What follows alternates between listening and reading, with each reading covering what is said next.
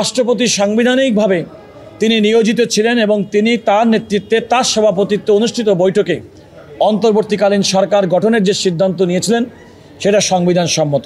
যে বর্তমান সময়ে আমাদের যে সমস্ত রাষ্ট্রের যে সমস্ত অর্গান কাজ করে পরিচালিত হয়, একটা নিয়মিত সরকার যেভাবে কাজ করে ঠিক সেভাবে কিন্তু অন্তর্বর্তীকালীন সরকার কাজ করছে।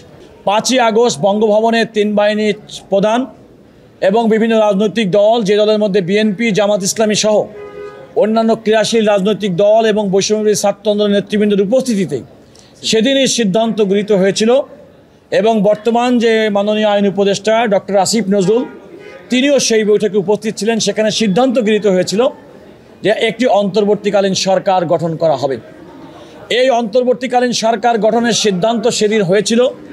আমি আদালতকে বলেছি, ফ্যাসিবাদ বিরোধী আন্দোলনে বাংলাদেশে যে সমস্ত রাজনৈতিক দল এবং ব্যক্তি এবং সংগঠন, ছাত্র, তরুণ, যুবক যারা সেদিন ফ্যাসিবাদ বিরোধী আন্দোলনে একাট্টা ছিল, তাদের সবার ঐক্যমতের ভিত্তিতে অন্তর্বর্তীকালীন সরকার গঠনের সিদ্ধান্ত হয়েছিল।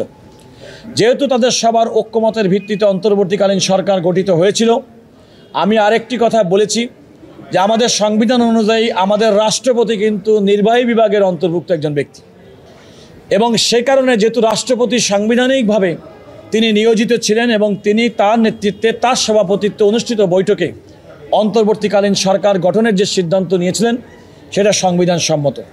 আমি আদালতকে এও বলেছি যে 6ই আগস্ট 2024 তারিখে রাষ্ট্রপতি সংসদ ভেঙে দিয়েছিলেন। তার পরবর্তীতে 8ই আগস্ট আমাদের অন্তর্বর্তীকালীন সরকারের শপথ হয়, একই দিনে অ্যাটর্নি জেনারেলের নিয়োগ হয়, একই দিনে আমাদের প্রধান উপদেষ্টা ডক্টর মোহাম্মদ ইউনূসের শপথ অনুষ্ঠিত হয়।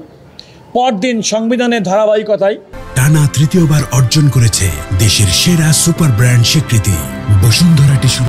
9ই আগস্ট 2024 তারিখে বাংলাদেশের প্রধান বিচারপতি নিযুক্ত হন। অ্যাটর্নি জেনারেল নিযুক্ত হয়েছেন তিনিও সংবিধান অনুযায়ী।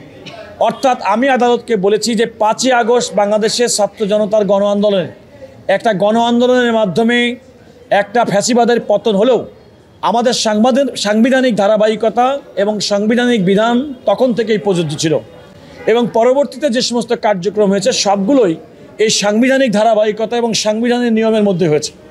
এবং আমি আদালতকে এও বলেছি যে বর্তমান সময়ে আমাদের যে সমস্ত রাষ্ট্রের যে সমস্ত অর্গান কাজ করে পরিচালিত হয়, একটা নিয়মিত সরকার যেভাবে কাজ করে ঠিক সেভাবে কিন্তু অন্তর্বর্তীকালীন সরকার কাজ করছে।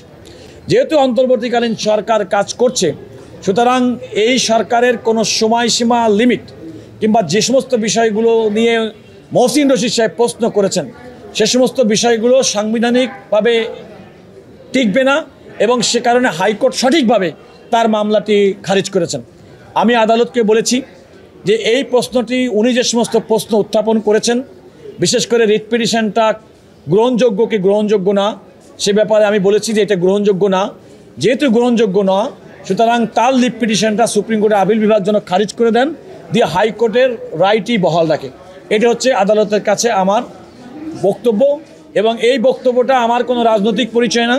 আমি একজন সুপ্রিম কোর্টের সর্বোচ্চ আদালতের একজন সিনিয়র আইনজীবী হিসেবে আমি আমার বক্তব্য এবং দেশের সচেতন নাগরিক হিসেবে সাংবিধানিক আইন সম্পর্ক এবং এই ফ্যাসিবাদ বিরোধী দীর্ঘ আন্দোলনের একজন সম্মুখ যোদ্ধা হিসেবে এবং এই গণ আন্দোলনে আমি একজন অংশগ্রহণকারী ব্যক্তি হিসেবে আমি আমার এই যুক্তি এবং বক্তব্য এই অন্তর্বর্তীকালীন সরকারের গঠন, আমাদের সাংবিধানিক ধারাবাহিকতা, রাষ্ট্রের অন্যান্য অর্গান কিভাবে কাজ করছে তার একটা সামারি আমি আদালতের সামনে আমার সাবমিশন আকারে উপস্থাপন করেছি।